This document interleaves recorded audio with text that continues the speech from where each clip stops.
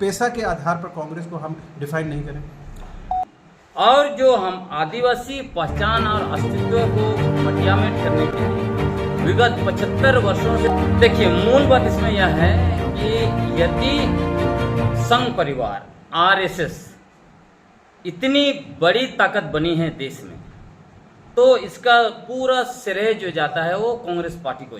आज का press conference के पीछे मूल बात यह है कि लगभग विगत 3 से 4 महीने तक आप लोग देख रहे होंगे कि पेशा कानून को लेकर आदिवासी क्षेत्र सुरक्षा परिषद के साथ आदिवासी समन्वय समिति, संयुक्त पढ़ा समिति, मुंडा आदिवासी महासभा और ऐसे कई संगठन जो हैं वो सारे मिलके निरंतर आंदोलन करते रहे। उसके बावजूद अभी हम लोग देख रहे हैं कि झारखंड सरकार के कान पर जू तक नहीं रेंग रही है, ऐसा दिखाई पड़ता है। अब इसमें हम लोग देख रहे हैं कि मूल रूप से इसका जो जिम्मेवार है वो कांग्रेस पार्टी है, जो इंडिया गठबंधन की एक बड़ी सहयोगी पार्टी है। अब इसमें आप देखिएगा, मैं कुछ सीक्वेंस आपको बता रहा हूँ। ऐसा लगता है कि झारखंड सरकार का जो पंचायत राज विभाग है उसको आरएसएस और बीजेपी ने हाईजैक करके रखा है। क्योंकि आप देखिए कि वहाँ जो भी हो रहा है, माननीय विभागीय मंत्री की कोई भूमिका नहीं दिखती है, और जो एक डायरेक्टर जो है कभी आरएसएस का हेडक्वार्टर चली जाती है, कभी कहीं कुछ चली जाती है, फिर वहाँ से आके हम लोगों के खिलाफ भी अनर्गल बयान वगैरह वो देती रही। हालांकि अभी सरकार ने उसको यहाँ से हटा दिया। अब इसके कुछ उदाहरण हैं, जैसे 24 दिसंबर को पेशा दिवस मनाया गया, पंचायत राज विभाग ने आयोजन किया, लेकिन विभागीय मंत्री भी वहाँ पे उपस्थित नहीं थे। उसके बाद देखिए 26 जनवरी को हमारी परंपरा हमारी विरासत एक परियोजना है जो केंद्र सरकार के सहयोग से चल रहा है। उसमें भी हम लोगों ने देखा कि कहीं भी ना आबुआ सरकार के माननीय मुख्यमंत्री की तस्वीर छपती है, ना जो है कि विभागीय मंत्री की तस्वीर छपती है, बल्कि केंद्र से जो ब्यूरोक्रेट्स हैं वही आके यहाँ काम करते हैं। और तीसरा बड़ा उदाहरण है कि 4 अप्रैल को पंचायत विभाग ने यही हमारी विरासत, यही जो परियोजना है हमारी परंपरा हमारी विरासत, इसी को लेकर दिल्ली में एक कार्यक्रम आयोजित किया, जहां झारखंड से लगभग 600 लोग गए थे। अब सोचिए उस कार्यक्रम में केंद्र सरकार के कई मंत्री देखे गए, लेकिन आबुआ सरकार पूरी तरह नदारद रही। तो ऐसा दिखता है कि पूरा पंचायत विभाग जो है बीजेपी के गोद में बैठ गया है, और इसी की वजह से कुछ नहीं हो रहा है। और यह भी दिख रहा है कि या तो कांग्रेस अक्षम है विभाग चलाने में, या जानबूझकर बीजेपी के साथ ये लोग शामिल हैं और ये लोग नहीं चाहते। एक तो यह बात दिखाई पड़ रहा है। इसमें और एक बड़ा बात है कि आपको याद होगा क्या कि विगत कुछ दिनों में कांग्रेस के कुछ मंत्री और नेता पेशा कानून के मसले पर उन्होंने प्रेस कॉन्फ्रेंस भी किया और उन्होंने कुछ कहा भी। उनका स्टेटमेंट को आप देखेंगे तो लोग क्या कह रहे हैं कि हम लोग मूलवासी लोगों का ख्याल रखना होगा, इसीलिए देर हो रहा है वगैरह वगैरह। कब तक होगा नहीं बताते हैं। इससे बहुत स्पष्ट दिखाई दे रहा है जो बाहरी सदान और तथाकथित मूलवासी, उनके अधिकारों की रक्षा करने में कांग्रेस पार्टी को ज़्यादा उनको तत्परता है उनके पास, और आदिवासियों का रक्षा करने में बिल्कुल नहीं दिखता है। क्योंकि और देखिए, जब चुनाव के समय में यह कांग्रेस पार्टी के नेता आदिवासी आदिवासी कहते हैं। आप इसमें दूसरा उदाहरण आप ये भी देखेंगे, हम किसी कोई धर्म समुदाय किसी के बारे में हम लोग विरोध नहीं है, लेकिन हम लोग बस उसको लॉजिकली देख रहे हैं। जैसे देखिए सिरोमटोली का मसला आया, सिरोमटोली के मसला में यही कांग्रेसी मंत्री और नेता आंदोलनकारी को धमका देते रहे, और जैसे ही वक्फ बोर्ड का मसला आया तुरंत उन्होंने प्रेस कॉन्फ्रेंस करके और दूसरे तरीके से उसका प्रतिकार किया। तो ये सब चीजों से क्या दिखता है, 1 महीना विधानसभा चला, कहीं आपने कांग्रेस के नेताओं को कहीं पे कुछ दिखा? ये लोग थोड़ा सा नौटंकी किए पदयात्रा करके। तो इससे बहुत स्पष्ट दिख रहा है कि कांग्रेस पार्टी आदिवासियों के बजाय गैर आदिवासियों के हितैषी के रूप में दिख रही है। ये सिर्फ आदिवासियों का हितैषी तभी तक ये लोग बनते हैं जब तक इनको जो है कि वोट चाहिए। तो इसमें बहुत क्लियर हम लोग देख रहे हैं कि जिस तरह से बीजेपी आदिवासियों को आपस में सरना ईसाई के नाम पर लड़ाया, 24 साल में से 14 साल का शासन हम लोगों ने देखा और उसमें बहुत क्लियर हो गया कि भारतीय जनता पार्टी आदिवासी विरोधी है।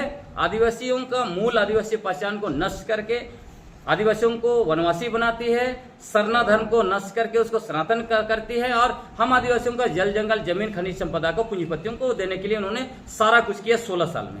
इसीलिए ये खुद भी साबित कर चुके हैं कि वे आदिवासी विरोधी पार्टी है। अब उसी रास्ते पर चलकर कांग्रेस पार्टी अपने आप को आदिवासी विरोधी करार करने पर तुली हुई है। अगर अभी भी ये नहीं करते हैं तो फिर आने वाले समय में कांग्रेस पार्टी के खिलाफ आदिवासी लोग खड़े हो जाएंगे, ऐसा माहौल बनता दिख रहा है। अब 21 मार्च को जब हम लोगों ने विधानसभा घेरा था, उसके बाद माननीय मंत्री दीपिका पांडे जी हम लोगों को बुलाई थी और उन्होंने उस बारे में डेलीगेशन से बात किया और डेलीगेशन को स्पष्ट कहा कि हाँ बहुत जल्द आप लोगों की मीटिंग बुलाएंगे, सब लोगों को सुनेंगे और आप ही लोग के अनुरूप जो है कि हम पेशा कानून का नियमावली बनाएंगे और लागू करेंगे।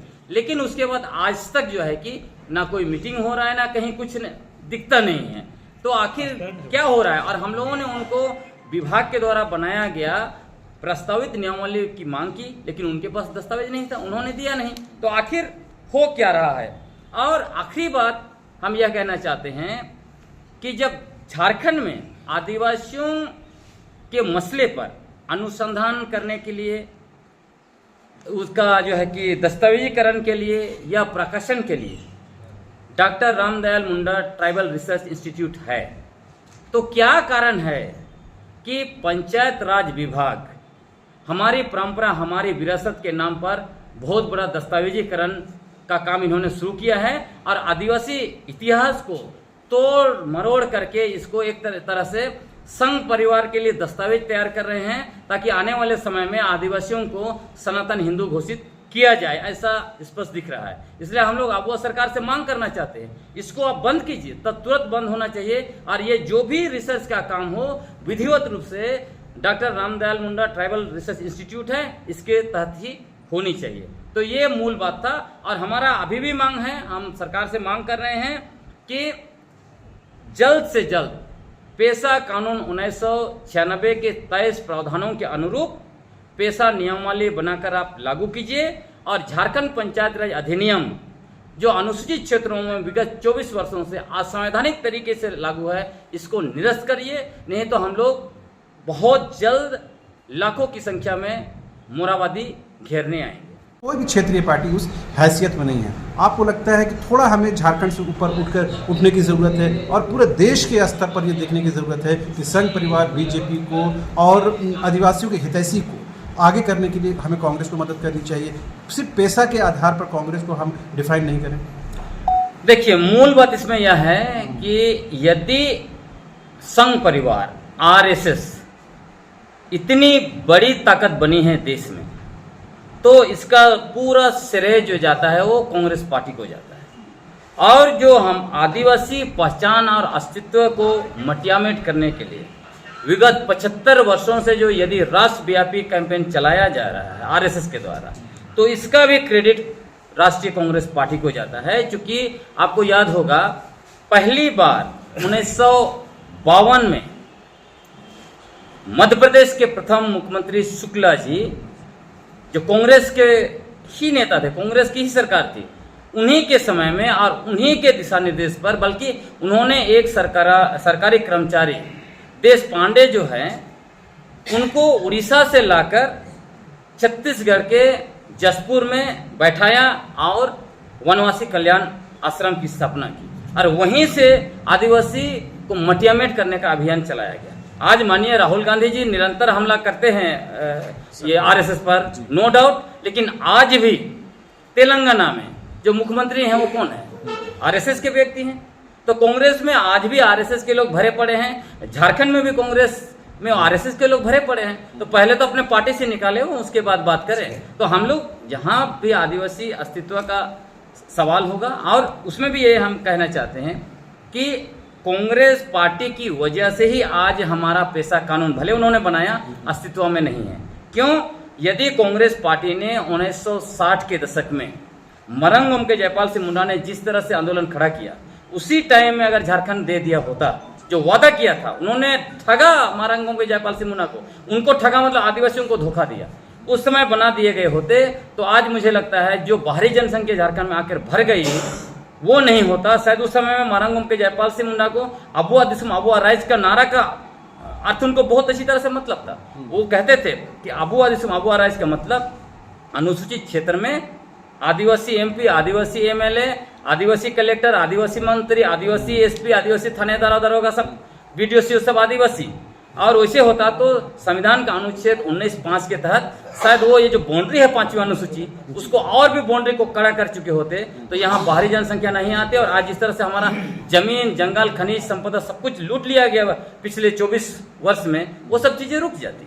तो इसका पूरा जिम्मेवार कांग्रेस पार्टी है, इसलिए ये लोग इधर उधर नहीं जा सकते। आपने कहा कि कांग्रेस की जो हम मंत्री हैं उसका संचालन जो है या भाजपा या आरएसएस के द्वारा किया जा रहा है। राहुल गांधी आपसे पहले बोल चुके हैं कि कांग्रेस के अंदर भाजपा का स्लीपिंग सेल है।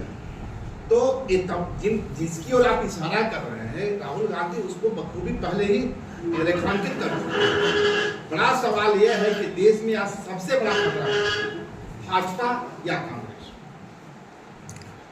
देखिए, हमेशा देखिए इस चुनाव से पहले भी आपने देखा होगा, माननीय राहुल गांधी जी ओबीसी, दलित, आदिवासी की बात करते हैं, लेकिन उसको अगर ज़मीन पर आप देखेंगे तो ज़मीन पर नहीं दिखता है। मतलब उसको आपको देखना पड़ेगा, जब चुनाव आता है उस समय में टिकट का शेयरिंग किसको दे रहे हैं, बड़े पदों पर कौन किनको बैठाए हैं कांग्रेस पार्टी का, ये सब चीज़ों को आपको देखना पड़ेगा। तो हम लोग कह रहे हैं, जैसे उन्होंने ये भी कहा जैसे आदिवासी देश के प्रथम निवासी हैं, मालिक हैं, बिल्कुल हम लोग उन चीज़ों का स्वागत करते हैं, लेकिन वो चीज़ रियलिटी में दिखना चाहिए। और जहाँ आपने कहा स्लीपर सेल का बात, जब उनको पता चल चुका है कि स्लीपर सेल है वहाँ पर, तो आप उसको हटाएंगे कि सिर्फ भाषण देंगे? अभी गुजरात में भी बहुत सारे नेता स्लीपर सेल चिल्ला रहे हैं, लेकिन चिल्लाने से तो नहीं होगा ना, बताना हटाना पड़ेगा। और जहाँ तक आपने कहा बड़ा जो खतरा बीजेपी है या कांग्रेस है, तो निश्चित तौर पर इस देश के लिए आरएसएस, संघ परिवार और भाजपा सबसे बड़ा खतरा है। खतरा इसीलिए है कि ये लोग संविधान को नहीं मानते, आज़ादी का लड़ाई में नहीं थे ये। उस समय में कांग्रेस बोलते हैं ब्रिटिश हुकूमत के साथ थे, उनका बहुत सारा इतिहास, उसमें मुझे नए बोलने की जरूरत नहीं है। तो निश्चित तौर पर वो है, लेकिन हम लोग बात कर रहे हैं अनुसूचित क्षेत्रों के बारे में, क्योंकि अनुसूचित क्षेत्रों के लिए जब संविधान बना और यहाँ विशेष प्रावधान किया गया तो लगभग 40 साल तो इस देश में कांग्रेस ने शासन किया। कांग्रेस पार्टी को किसने रोक के रखा था कि अनुसूचित क्षेत्रों में संविधान के अनुच्छेद 244(1) और 5वीं अनुसूची के तहत नियम कानून लागू करने का? राहुल गांधी तो खेद व्यक्त कर रहे हैं ना, हो सकता है कल इसके लिए भी खेद व्यक्त करें। अभी तक तो नहीं किया है, हाँ करे तो अच्छा बात। और यहाँ बात सबसे बड़ी बात देखिए, इसमें हम लोग मूल रूप से सबसे ज़्यादा जिम्मेवार हम लोग अपने आदिवासी नेताओं को ठहरा रहे हैं, क्योंकि विगत 24 वर्षों से झारखंड के अनुसूचित क्षेत्रों में असंवैधानिक तरीके से नगर पालिका अधिनियम 2011, झारखंड पंचायत राज अधिनियम 2001 जैसे कानून लागू है, और संवैधानिक कानून पेशा कानून 1996, CNT और SPT जो 9वीं अनुसूची में है, ऐसे कानून लागू नहीं हो रहे हैं। तो इसके जिम्मेवार मूलतः हमारे वे आदिवासी नेता हैं जो विगत 24 वर्षों से यहाँ मुख्यमंत्री बने, मंत्री बने या विधायक रहे। तो ये लोग को हम लोग कह रहे हैं कि आप ही लोग हैं, इसलिए 5वीं अनुसूची नहीं लागू हो रही, हमारा जल जंगल जमीन खनिज संपदा की लूट हो रही है, तो सारा जिम्मेवार आप ही लोग हैं। इसलिए आदिवासी समाज आप सारे चीज़ों को नए तरीके से सोचने की कोशिश कर रहा है और बहुत जल्द आपको झारखंड में आदिवासी राजनीति दिखाई देने लगेगा। आपने अपने प्रारंभिक उद्बोधन में कुछ चीजें रेखांकित की है, और आपने कहा कि झारखंड का जो ग्रामीण पंचायती राज विभाग है, इसका संचालन जो है से भाजपा कर रही है, भाजपा से निर्देशित। आपका साफ इशारा मंत्री दीपिका पांडे की ओर भी है, तो क्या आपको लगता है कि दीपिका पांडे सिंह और निशा उरांव जो पंचायती राज निदेशक हैं, ये दोनों भाजपा के गोद में बैठ के नहीं ठीक है जिसमें स्टेटमेंट दिए थे, तो ये भाजपा का जो उद्देश्य है उसको पूरा कर रही है। यही भाजपा के स्लीपर सेल है। आप सिंपल सा देखिए, यदि पंचायत राज विभाग की निदेशक सीधे केंद्र सरकार से मिलके अगर परियोजना लागू कर रही है झारखंड में, पेशा दिवस मनाती है, उसमें मंत्री को नहीं बुलाती है, यहाँ पे जो है कि लॉन्च करती है इतना बड़ा परियोजना, उसमें उनको नहीं बुलाती है, दिल्ली में इतना बड़ा कार्यक्रम आयोजन करती है, वहाँ भी नहीं, और वहाँ पे भाजपा के बड़े बड़े नेता और मंत्री दिखते हैं, तो इस क्या मान लिया जाए? यही माना जाएगा कि स्लीपर सेल यही है। और इसीलिए जो है शायद अब वह सरकार के माननीय मुख्यमंत्री ने तत्काल कार्रवाई करते हुए जो डायरेक्टर साहब को सीधे वापस बैरंग भेज दिया। तो ये तो दिख रहा है, आप कांग्रेस पार्टी को समझना है कि स्लीपर सेल कौन कौन है, कहाँ किनको हटाना है। हम लोग तो यही कह रहे हैं कि देखिए, हमारे आदिवासी क्षेत्रों के लिए, अनुसूचित क्षेत्रों के लिए कांग्रेस पार्टी और भाजपा दोनों राष्ट्रीय पार्टियों को हम लोगों ने देख लिया। ये दोनों राष्ट्रीय पार्टियों से कुछ नहीं होने वाला है। अब हम लोग चाहते हैं कि कोई भी पार्टी, हम लोग जेएमएम की बात नहीं कर रहे हैं, कोई भी पार्टी झारखंड की माटी की पार्टी को ही खड़ा होना पड़ेगा, तभी हमारा यहाँ का जल जंगल जमीन और आदिवासी अस्तित्व, भाषा, संस्कृति, पहचान सब कुछ बचेगा। आपकी दूसरी आपत्ति थी हमारी परंपरा, हमारी विरासत पर। आप इसके जो ट्रेडिशनल कस्टमरी लॉ है उसको जो सूचीबद्ध किया जा रहा है उस पर इशारा कर रहे हैं। तो आपको क्या लगता है कि आरएसएस का जो एक बड़ा प्लान रहा है इतिहास का पुनर्लेखन, तो क्या ये वही इतिहास के पुनर्लेखन का? बिल्कुल। आदिवासी, देखिए इसमें दो चीजें हैं। एक तो यह समझना होगा कि हमारे पूर्वज इतने क्रांतिकारी थे जो ना आर्यों की गुलामी की, ना मुगल के साथ वो खड़े हुए, और ना जो है कि ब्रिटिश हुकूमत के सामने झुका। तो ऐसे जो हमारा विरासत है, अद्भुत मतलब क्रांतिकारी विरासत है, उसको जो है पंचायत राज विभाग के द्वारा गुलाम बनाया जा रहा है।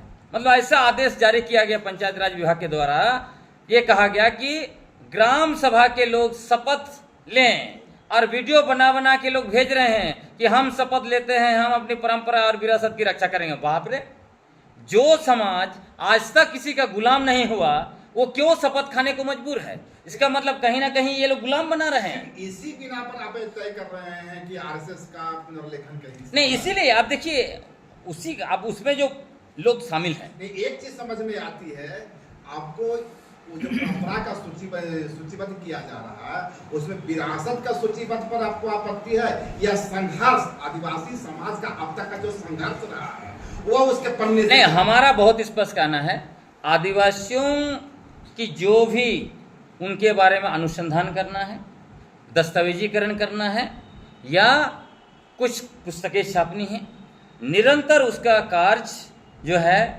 ट्राइबल रिसर्च इंस्टीट्यूट कर रहा है। तो केंद्र सरकार को करना है ना। फिर ये क्या ऐसा हुआ कि अचानक ये काम जो है कि पंचायत विभाग ले लेती है, और डायरेक्टर महोदय बार बार जो है कि आरएसएस का हेडक्वार्टर जाते हैं, बीजेपी के नेताओं के साथ जो है कि दिल्ली और यहाँ घूम रहे हैं, और वहीं से जो ये सब चीज़ें, और जो टीम बना है उस टीम को देख लीजिए, वो टीम में वही लोग हैं जो सरना ईसाई कर रहे थे। परंपरा, ये पेशा कानून में जो ईसाई आदिवासी बन गए हैं वो लोग इस परंपरा में नहीं आएंगे, इसलिए विरोध कर रहे हैं। कौन पेशा कानून के बहाने यहाँ आदिवासियों के बीच में मुर्गा लड़ाई करवा रहा था? तो वो पूरा टीम में आप देखेंगे तो कहीं ना कहीं ये सारे आदिवासी लोग मैक्सिमम आरएसएस ग्रुप से आते हैं। तो इससे स्पष्ट होता है कि ये कुछ ऐसे कुछ लिखने जा रहे थे जिससे आदिवासी समाज को भारी क्षति होती। और ये लोग क्यों, हमारा कहना है कि पंचायत विभाग क्यों आदिवासी समाज को डिक्टेट करेगा? आज इनको क्यों जरूरत है? आदिवासी समाज को पेशा कानून दीजिए ना, ग्राम सभा अपना ही खुद रिकॉर्ड वहां पे बनाएगा, वो अपना सर्वे करेगा, एक एक ग्राम सभा अपना हिस्ट्री लिखेगा। आपको ठेका किसने दिया है? आपको क्या लगता है कि अगुआ सरकार सही टाइम पर अलर्ट हो गई और निशा उरांव की विदाई हो गई? हाँ बिल्कुल। अभी जिस तरह से हम लोगों ने दबाव बनाया, निरंतर हम लोग देख रहे हैं, 2-3 काम अगुआ सरकार ने किया। एक तो यह किया कि 26 जनवरी को जिस तरह से असंगत पेशा नियमावली ये लोग लागू करना चाहते थे, उस पर जो है कि रोक लग गई। दूसरी बात, इन लोगों ने जिस तरह से पंचायत विभाग की निदेशक हम लोगों को धमकी दे रहे थे कि बार बार फेसबुक में लिख के कि इन पर जांच होना चाहिए, इनका मानसा क्या वगैरह वगैरह, उस पर जो है कि उन्होंने रोक लगा दिया। और तीसरा काम यह किया, उन्होंने जो व्यक्ति अब तक इतना आंदोलन होने के बाद भी प्रस्तावित पेशा नियमावली को रोक के रखा था, अपना ऑफिस में दबा के रखा था, तो उनको यहाँ से हटा दिया। तो इसलिए हम लोग उम्मीद कर रहे हैं कि आप पेशा कानून का प्रारूप जो है, जो नियमावली जो है, वो बहुत जल्द पेशा कानून के 23 प्रावधानों के अनुरूप आएगा और हम लोग उम्मीद कर रहे हैं, विश्वास कर रहे हैं कि सरकार इसको जल्दी से जल्दी लागू करेगी। यदि ऐसे नहीं करते तो निश्चित तौर पर हम लोग आंदोलन पर बद्ध होंगे। जी, वैकल्पिक रूप से किसको आप देख रहे हैं आगे नेतृत्व के झारखंड में? देखिए, अभी हम लोग वैकल्पिक नहीं जा रहे हैं। अभी हम लोग कह रहे हैं कि मूल रूप से हम लोग का जो मूल एजेंडा है, जो आदिवासी इलाका, अनुसूचित क्षेत्र के भी अलावा उस इलाका में कैसे हम आदिवासियों की मूल आदिवासी पहचान, धार्मिक पहचान, सरना कोड, आदिवासी का जल जंगल जमीन खनिज संपदा, इस पर हमारा पूरा मालिकाना हक कैसे हो, तो इसी की मूल लड़ाई, मतलब हम आदिवासियों के संवैधानिक अधिकार, कानूनी अधिकार और पारंपरिक अधिकार, इसी पर हमारा पूरा फोकस है। लेकिन हम लोग निश्चित रूप से, चूँकि एक पॉलिटिकल इशू है, इसलिए हम लोग उसको पॉलिटिकली देख रहे हैं और हम लोग देख रहे हैं कि ये अब सरकार ने वादा किया है, अपना वादा निभाएं। यदि वादा नहीं निभाते हैं तो निश्चित रूप से आदिवासी लोग विकल्प के बारे में बाद में देखेंगे।